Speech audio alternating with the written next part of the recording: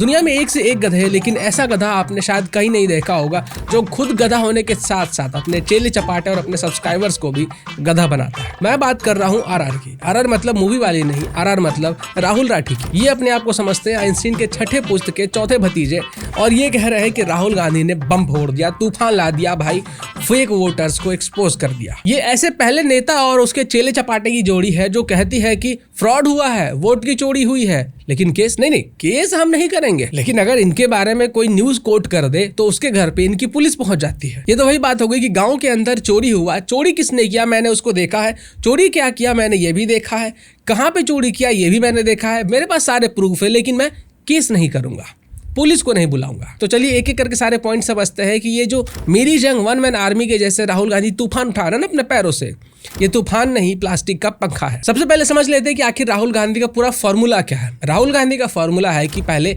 Election हार जाओ, public के अंदर एलिगेशंस फैलाओ, लीगल कंप्लेन ना करो, एफिडेविट देने से मना कर दो, और फिर पूरे मीडिया के अंदर जाके छाती पीट दो कि हमारा वोट तो चोरी हो गया भाई, बीजेपी ने हमारा वोट चोरी कर लिया। सेक्शन 80 आरपी एक्ट के तहत इलेक्शन पिटीशंस फाइल किए जा सकते हैं, लेकिन फिर भी ये लोग करते नहीं है। क्यों? क्योंकि पता है कि जो तीर हम छोड़ेंगे वो उल्टा आके हमारे पिछवाड़े लगेगा।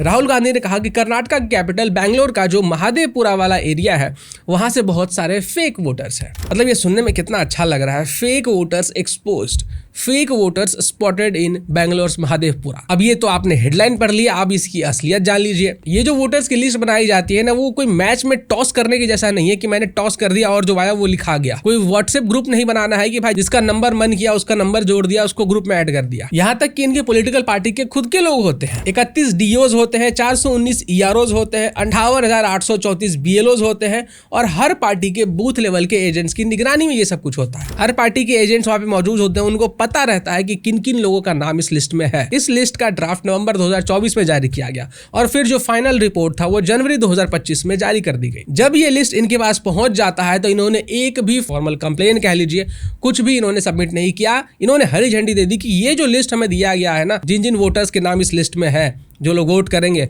उनसे हमें कोई आपत्ति नहीं है। आपने हर जगह पे हरी झंडी दे दिया और फिर कई महीनों के बाद इलेक्शन वगैरह सब कुछ खत्म हो जाता है, तब आप आके कहते हैं कि हमारे वोट तो चोरी कर लिए गए, फेक वोटर्स एडेड थे। महादेवपुरा में वोटर्स की जो संख्या थी वो 3.59 लाख से 4.25 लाख हो गई। और ये जो नंबर्स का ग्रोथ है वो एकदम नेचुरल है, नेचुरल पॉपुलेशन जो ग्रोथ होता है माइग्रेशन से जो होता है, और इसको खुद बीएलओज ने कंफर्म किया है। जब कर्नाटका के इलेक्शन कमीशन के ऑफिसर ने राहुल गांधी से कहा कि आप एफिडेविट दे दीजिए भाई कि इस लिस्ट में बहुत सारे प्रॉब्लम्स हैं, गलत लोगों का नाम जोड़ा हुआ है या फिर बोगस लिस्ट है, तो राहुल गांधी ऐसे गायब हो गए जैसे गधे के सर से सींग। बेंगलोर का जो महादेवपुरा कॉन्स्टिट्यूएंसी है वो बहुत बड़ी कॉन्स्टिट्यूएंसी है, अकेले यहाँ पे 6.5 लाख के आसपास वोटर्स है। और बेंगलोर के जो बाकी के और भी कॉन्स्टिट्यूएंसीज है, जैसे कि शिवाजी नगर हो गया, क्षमा राजपेट हो गया, तो ये जो कॉन्स्टिट्यूएंसीज है ना, ये बहुत ज्यादा मुस्लिम डोमिनेटेड एरियाज है और यहाँ पे बहुत सारे डुप्लीकेट वोटर्स पाए गए। ये बेंगलोर के शिवाजी नगर की लिस्ट है, इसमें आप देख सकते हैं 717 में ये जो नाम आ रहा है वही सेम नाम 244 में भी है। दोनों का नाम रहमतुल्लाह है, दोनों के पिता का नाम भी अब्दुल सलाम है, हाउस नंबर भी दोनों का 3 है। बस यहाँ पे एज आप देखिए कि डिफरेंट है, मतलब सेम कॉन्स्टिट्यूएंसी के अंदर सेम नाम, सेम पिता का नाम, सेम हाउस नंबर के साथ सिर्फ एज डिफरेंस है। यही सेम केस बेंगलोर के क्षमा राजपेट में भी है। 763 में आयशा बानू है, हस्बैंड का नाम है मोहम्मद हशीम,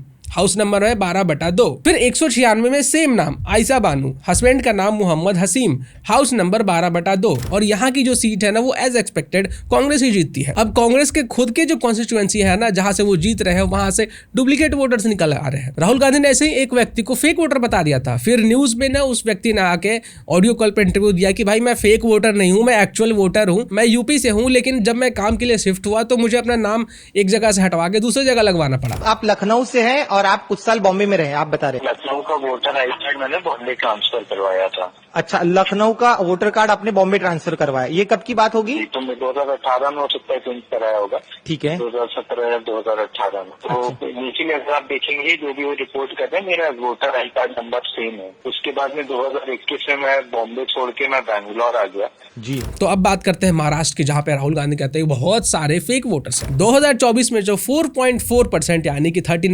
1.6 लाख वोटर्स का इंक्रीमेंट हुआ था वो 2004 के 4.7% से भी कम है। 2004 में तो कांग्रेस की गवर्नमेंट थी, उस समय पे 4.7% के वोटर्स का इंक्रीमेंट हुआ था। मतलब हिस्टोरिकल डेटा के हिसाब से जो वोटर्स की संख्या बढ़ रही थी वो बिल्कुल भी एबनॉर्मल नहीं है, एकदम नॉर्मल है। राहुल गांधी क्लेम करते हैं कि जितने नंबर्स ऑफ एडल्ट्स हैं ना उससे ज्यादा नंबर ऑफ वोटर्स है, जबकि इसकी असलियत यह है कि 2011 में सेंसस हुआ था, जिसके बाद के अभी कितने साल बीत चुके हैं भाई, 10 साल से भी ज्यादा हो चुके हैं। तो क्या आपको लगता है कि पॉपुलेशन वही रहेगा? ऑब्वियसली पॉपुलेशन बढ़ा है, तो इसलिए ये क्लेम तो कहीं ठहरता ही नहीं है। अगर कांग्रेस को लग रहा था कि इतने सारे फेक वोटर्स थे तो उनके जो एजेंट्स थे ना उन्होंने 17C के फॉर्म के ऊपर क्यों साइन किया? नहीं साइन करना चाहिए था कि भाई हमें लग रहा है कि ये जो लिस्ट है ना इसमें बहुत सारी गड़बड़ियां हैं, फेक वोटर्स वगैरह है, तो हम नहीं साइन करेंगे। लेकिन आपके एजेंट्स ने तो साइन कर दिया और अब आप कह रहे हैं चिल्ला चिल्ला के कि फेक वोटर्स है, फेक वोटर्स है। लेकिन जब आपसे कहा जाता है कि आप केस करिए, एफिडेविट दीजिए, तब आप कहते हैं नहीं भाई ये तो हम नहीं करेंगे, लीगली हम नहीं जाएंगे, हम बस कैमरे के सामने आके ड्रामा करेंगे। फिर राहुल गांधी ये क्लेम करते हैं कि आप सीसीटीवी जो डेटा है, जो फुटेज है, उसको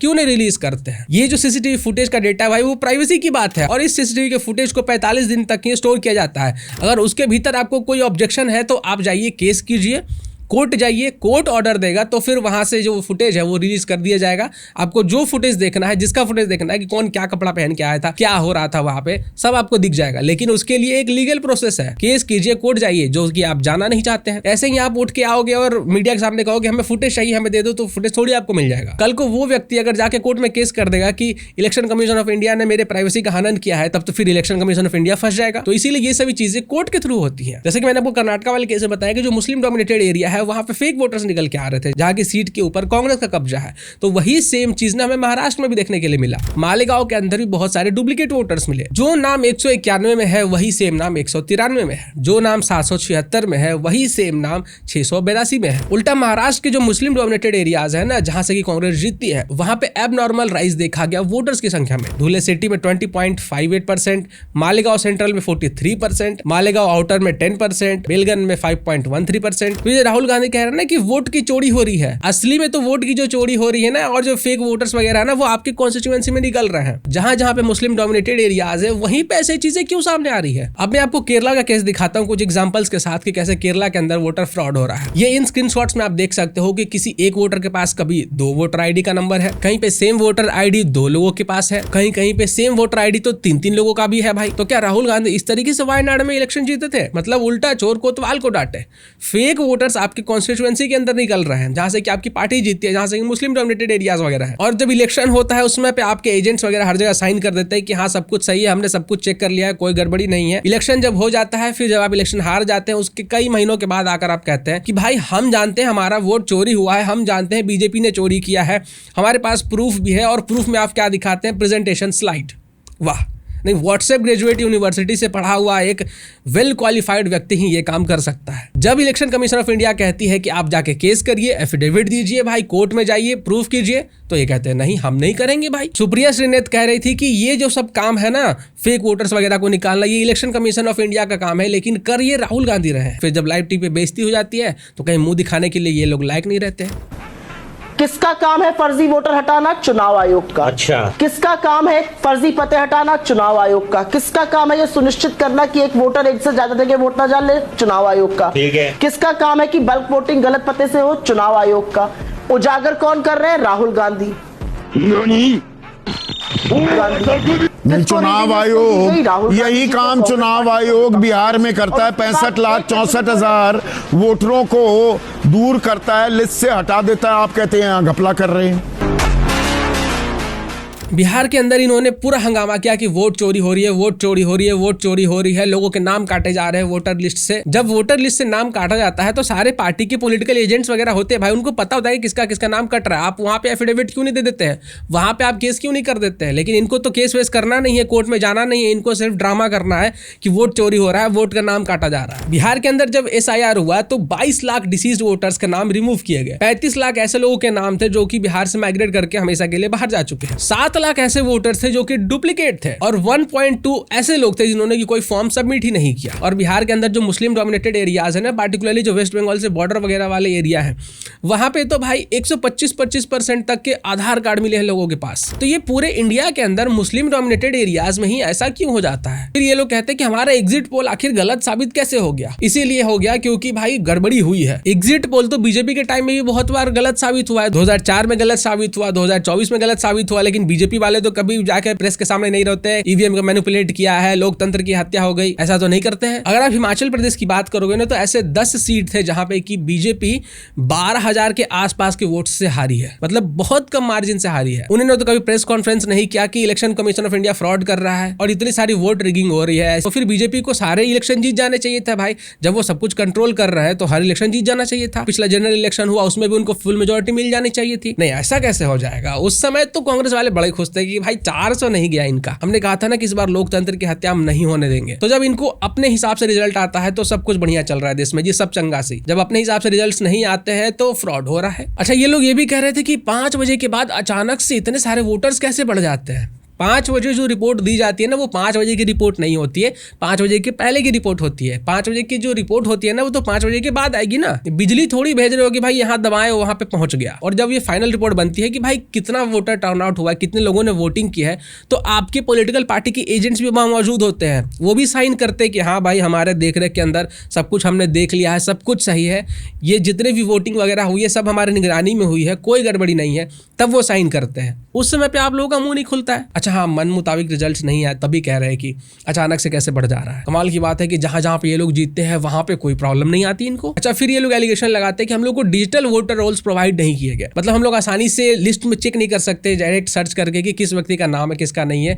कौन सा डुप्लीकेट है, कौन सा डुप्लीकेट नहीं है। इलेक्शन कमीशन ऑफ इंडिया हर एक पॉलिटिकल पार्टी को सारे डॉक्यूमेंट्स प्रोवाइड करती है और ये जो पीडीएफ फाइल प्रिंट करके दिए जाते हैं उसको आसानी से आप किसी भी OCR सॉफ्टवेयर में डालोगे, वो आसानी से रीड कर देगा, आसानी से आपको बता देगा। यार टेक्नोलॉजी कहां से कहां पहुंच गया है। ये बातें करते हैं AI की, और इनको ये भी नहीं पता है कि पीडीएफ फाइल जो कि नॉन रीडेबल फॉर्मेट में है उसको आप आसानी से रीड कर सकते हो। इनफैक्ट आप चाहो तो उसको एडिटेबल फाइल में भी कन्वर्ट कर सकते हो। मैंने आपको स्टार्टिंग बताया था ना कि एक होते हैं गधे, एक होते हैं ऐसे गधे जो अपने चेले चपाटों को भी गधा बना देते हैं। हे महामानव और उनके जितने भी चेले चपाटे चमचे हैं, आप सभी को मैं कह रहा हूं अपनी बुद्धि थोड़ी सी अपडेट कीजिए। अगर नेता बुद्धि से काम नहीं ले रहे हैं या फिर बुद्धि से काम लेके आपको बुद्धू बना रहे हैं तो अपनी बुद्धि का तो इस्तेमाल कीजिए। और सबसे पढ़ा लिखा इन्फ्लुएंसर जो अक्सर लॉ एंड ऑर्डर की बात करता है, नियम कानून की बात करता है, बड़े ताज्जुब की बात है कि यहाँ पे नियम कानून की बात ही नहीं कर रहा है कि केस फाइल क्यों नहीं हो रहा है, कोर्ट में क्यों नहीं जाया जा रहा है। सुप्रीम कोर्ट की बहुत बातें करता है, लेकिन सुप्रीम कोर्ट ये लोग नहीं जा रहे। अच्छा, जाएंगे तो सुप्रीम कोर्ट अपना तेल वाला डंडा जो निकाल लेगा। ऐसा युगों के बाद होता है जब ऐसे महामानव हमारे धरती के ऊपर प्रकट होते हैं जो पूरे दुनिया का लीडर बनने की ताकत रखते हैं। गधों की